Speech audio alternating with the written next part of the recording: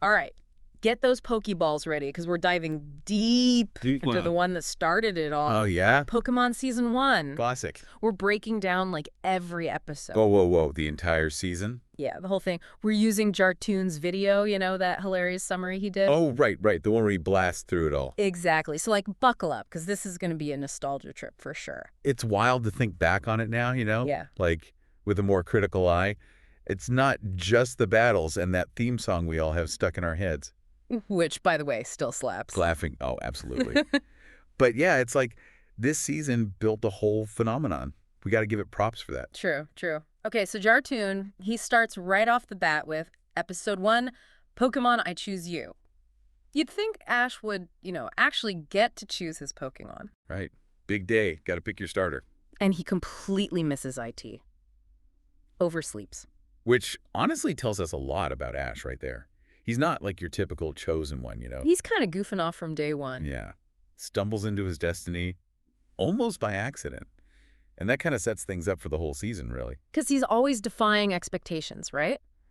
Like, how many times does Ash win, not because he's got the strongest Pokemon, but because he gets creative? Oh, tons of time. Thinks outside the box. Yeah. And it starts right here with Pikachu. Who, let's be real, is not the obvious powerhouse choice, right? Nope. If anything, Pikachu seems like the weakest at first. And that's what makes it so great, because it throws that whole evolve for power thing right out the window. He's like, nope, I'm good. Exactly. And their bond. That becomes its OWN kind of strength, you know? They're the perfect mismatched pair. For sure. Speaking of mismatched pairs, Misty.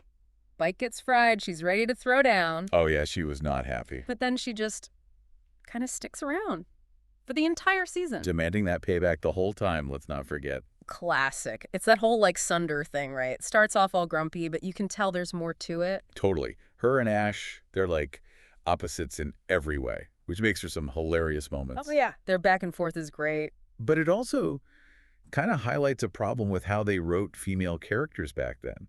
Like, Misty's got this whole dream of being a water Pokemon master. Right. She mentions it, like, Episode 1. And then it's basically forgotten. Pushed aside so she can help Ash.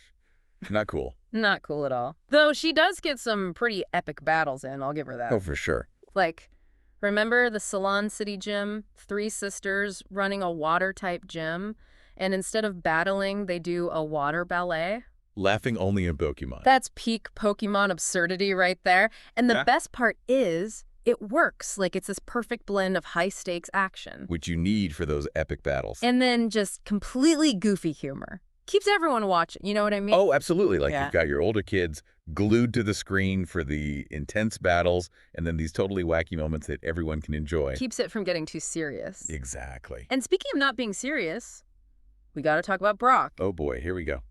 The dude had a crush on, like, every girl that breathed. You could do a whole deep dive just on his hopeless romanticism. Oh, for sure. Yeah. But let's not forget, underneath all that, Brock's got a good heart. He's the mom friend of the group. That's true. Always cooking, patching them up after a battle. He's got their backs. Definitely adds some depth to his character. Okay, but real talk, favorite running gag from the video. I lose it every time Gary Oakes shows up, just to brag about being one step ahead. Gary's smugness is legendary. But honestly, I got to go with Team Rocket's constant failures. Oh, come on. How can you top Gary? Smell you later. Okay, Gary's up there. But Team Rocket, it's like they're allergic to winning. Every plan doomed from the start. It's comedic, sure, but there's also this weird inspiration in their persistence. They never give up. It's almost admirable. Almost. Yeah. I mean, you got to wonder if they use that much effort for something actually productive. They'd probably be running a successful business by now. Right. Imagine Team Rocket like with a chain of Pokemon-themed cafes. I would totally eat there. Okay, but before we get too sidetracked by Team Rocket's hypothetical business ventures. Which, by the way, sounds like a great idea for a spin-off. Maybe someday. But let's get back to the good stuff. Jartoon points out all these, like, huge GE moments from Season 1. The Squirtle Squad, Ash almost kicking the bucket in Lavender Town. Oh, yeah, intense. And, of course, Jigglypuff's revenge. Iconic. Each one of those moments, they show us why this season works so well. The Squirtle Squad. They make you laugh, but it's also about abandoned Pokemon, which is a serious issue. Right, like what happens when trainers just ditch their Pokemon? Heavy stuff. Exactly. Then you've got Lavender Town, which proves the show wasn't afraid to get dark, even spooky. Gave me nightmares as a kid. Me too. And then Jigglypuff. Pure me material. It's that perfect blend of humor and, like, you're kind of rooting for her, you know? Oh, totally. But it's not all sunshine and poker apps. Jartoon points out this hilarious thing. Ash gets all 8 badges and has no CLUE where the Pokemon League even IS. Can you imagine? You'd think that'd be, like, the first thing you figure out. Right. Hey, I'm going to be the very best, so where do I go to prove it? But that's what's so clever about it. It flips the script. We're so used to stories being about the hero achieving the goal. And here it's like the journey IS the goal. Exactly. Yeah. Plus, it sets up the next season perfectly. See, they were thinking ahead. So Jartoon, he kind of speeds through all of Ash's gym battles, but there's got to be some that stand out, right? I mean, he went up against some tough opponents. He does speed through them, yeah. But each gym, each leader, they all pushed Ash and his Pokemon in different ways. Like, take Brock and his rock Pokemon. That's where Ash learns type advantages aren't just, like, textbook stuff. Yeah, they really matter in battle. Exactly. And it gives us one of the best early examples of Ash actually using his brain. He doesn't beat Brock with brute force. He uses those sprinklers. So smart. It's strategic, it's unexpected, and it shows that Ash is more than just a lucky kid with a Pikachu. Totally. And that pattern, it keeps repeating throughout the season. Ash often wins not by overpowering. Yeah, not by overpowering his opponents, but by really understanding his Pokemon, you know, using their strengths, but in creative ways. Speaking of unique strengths, can we please talk about the Squirtle Squad? A bunch of Squirtles wearing sunglasses causing mayhem. Pure comedy gold. And they tackle a pretty serious topic, too. Remember, they were all abandoned by their trainers. Which is heartbreaking when you think about it. It is. But the show manages to address it with humor without being preachy. And let's not forget, Ash's Squirtle, the leader of the pack, ends up being a key part of his team. It's like this whole idea of second chances. I love that. Finding strength in unexpected places. Right. Which I guess kind of describes Ash's whole journey, huh? Totally. And then there's Sabrina with her psychic powers. That storyline got surprisingly dark for a kid's show. Shrinking people down, trapping them in dolls. I'm surprised they got away with that. Me too. Yeah. But it just goes to show this season wasn't afraid to push boundaries. See, that's what I love about it. It's this perfect blend of lighthearted fun and moments that genuinely make you think. Oh, for sure. Like Lavender Town and the ghost Pokemon still gives me chills, so well done. Agreed. That episode went there. It tackled themes of loss, grief, even hinted at what happens to Pokemon after death. Heavy stuff. Heavy stuff, Yeah. especially for a show aimed at kids. But they handled it so well. It proved that Pokemon wasn't just about catching them all. It was about life, death, and everything in between. And it did it all with style. And speaking of emotional gut punches, Cubone's backstory, like, oh, you're going to make me cry again? Every time. Ugh. That poor little guy. It's brutal. And they don't shy away from it at all. Which is kind of wild when you think about how many of us watched this as kids. I know. You'd think they'd keep it light, but nope, they went there. And it worked. But okay, we've got to lighten the mood a little bit. Agreed. Jigglypuff and that microphone. Oh, here we go. Iconic duo. The OG influencer, I'm telling you. Everyone knows the Jigglypuff, right? For sure. That whole thing, falling asleep mid-song, then getting drawn on. Yeah. Classic. A rite of passage. Totally.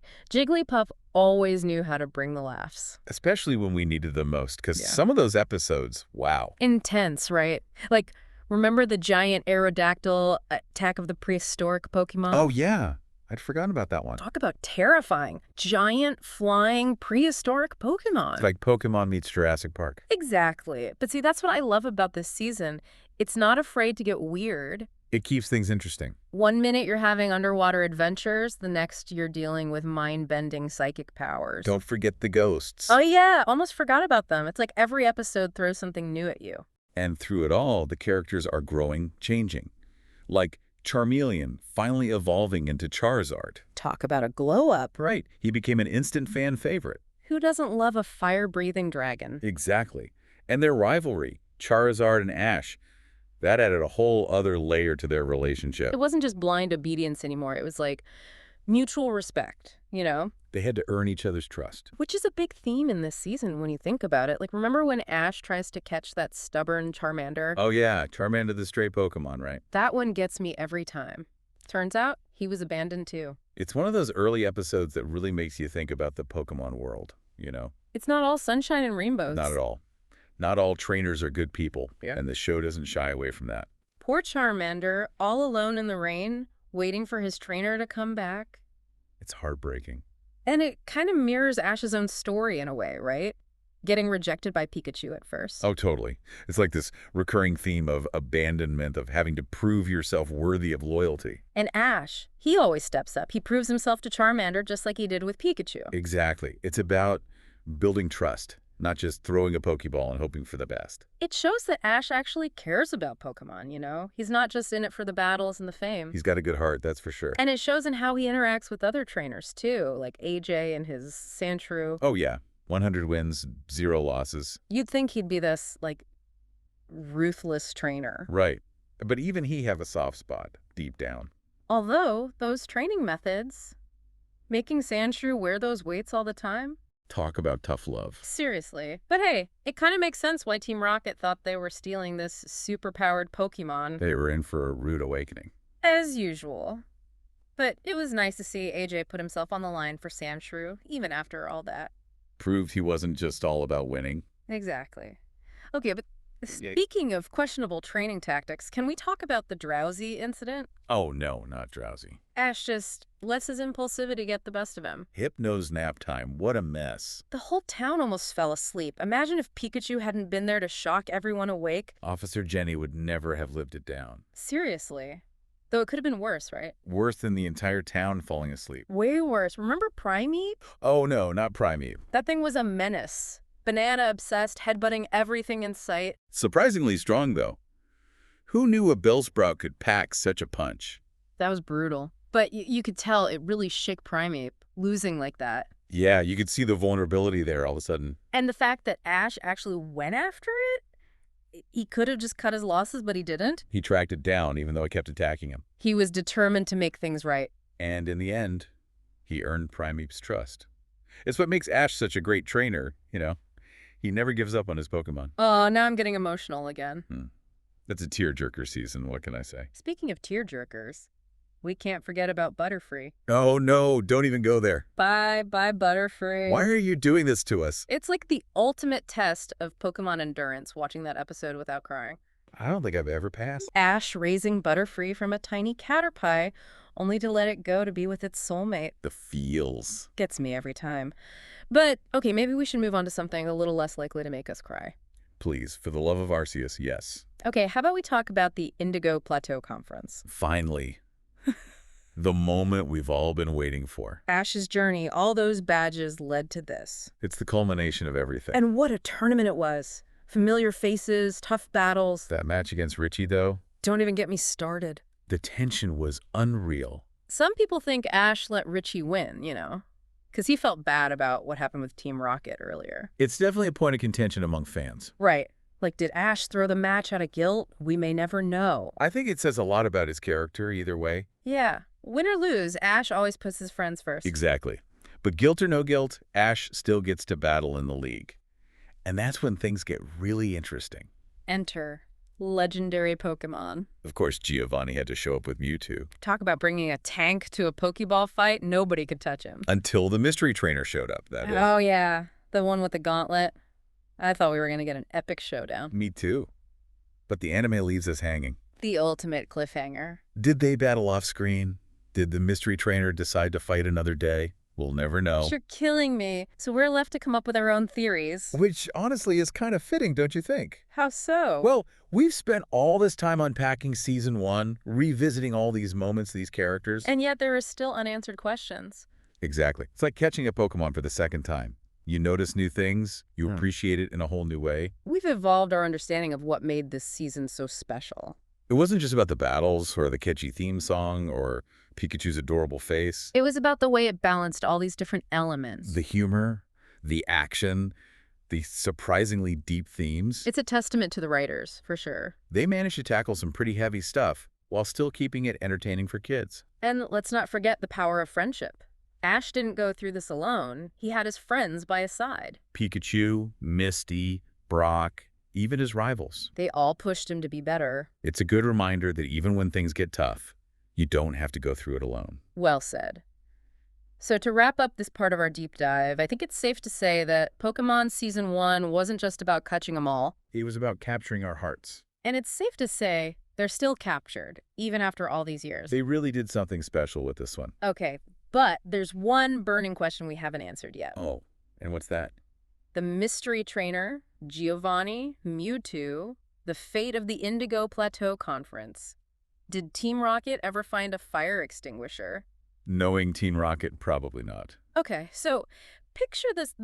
The Indigo Plateau Conference is wrapping up, right? Trophies are being handed out. Everyone's riding that high of victory. Well, almost everyone. Yeah, someone forgot to tell Team Rocket the party was over. They were probably too busy coming up with their next harebrained scheme. Something tells me they weren't content with just watching Ash and the others celebrate. What were they even after this time? Did Jartoon's video mention their evil plan? Oh, they were up to their usual tricks trying to steal something they shouldn't. Let me guess another Pokemon. Probably aiming for a Pikachu snatch and grab. Not quite. They set their sights a little higher this time. Literally. They were after the Flame of Moltres. Hold on, Moltres. As in the legendary bird Moltres. They thought they could just swipe that. They seemed to think it would impress the boss. Maybe Giovanni's into really elaborate lighters. Because stealing fire from a legendary bird has worked out so well for them before. You'd think they'd learn, but hey, at least they're consistent. Okay, but seriously, did nobody try to stop them? You'd think security would be a little tighter at the Indigo Plateau Conference? Well, everyone was a bit distracted with the whole epic Pokemon tournament thing. Fair point. But speaking of epic, what about that mystery trainer? The one who challenged Giovanni and Mewtwo? Ah, yes, the enigmatic challenger. I was wondering when we'd circle back to them. Don't tell me we never get that showdown. I was really hoping to see Mewtwo go up against that mysterious Pokemon. I know, right? It would have been legendary. Sadly, the anime leaves it as a cliffhanger. We never see what happens next. Are you serious? Yeah. They just leave us hanging after all that buildup. It's brutal, but it's also kind of perfect when you think about it. How so? It's driving me crazy not knowing. Think about it. We've spent all this time dissecting Season 1, right? Reliving these iconic moments, analyzing the characters. And we still don't have all the answers. Exactly.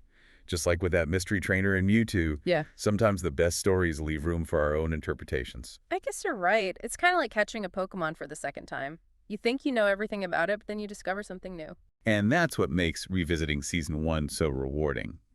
There's always something new to uncover, a new detail to appreciate. So even after all these years, even after this deep dive, Season 1 still holds some mysteries. It's a reminder that the journey never truly ends, even when the credits roll. Well said.